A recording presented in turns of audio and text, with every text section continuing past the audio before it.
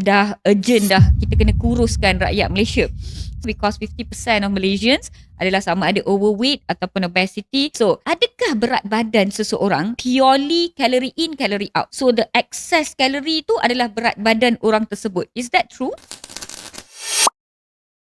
Not entirely macam itu. So calorie in, calorie out ada banyak ditentukan oleh hormon-hormon dalam badan kita. So bila kita cakap pasal calorie in, kita cakap pasal pengambilan makanan kita. Berapa banyak kalori dalam makanan dan minuman kita, dan itu akan ditentukan oleh selera makan and then cara kita hadapkan makanan itu. Berapa cepat atau berapa lambat kita rasa kenyang. Semua ditentukan oleh hormon dalam badan. Alright. Then calorie out is berapa banyak yang dibakar, right? Sama ada ditukar jadi tenaga ataupun sebagai lemak simpanan. So, berapa banyak disimpan, berapa banyak kita burn. Kita akan burn calories itu bergantung kepada hormon juga.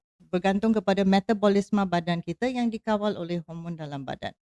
So, hormon memang memainkan peranan yang penting untuk selera makan, Alright. untuk metabolisme badan, and bila ada ketidakseimbangan hormon, dia akan menjejaskan atau mengubahkan berat badan kita.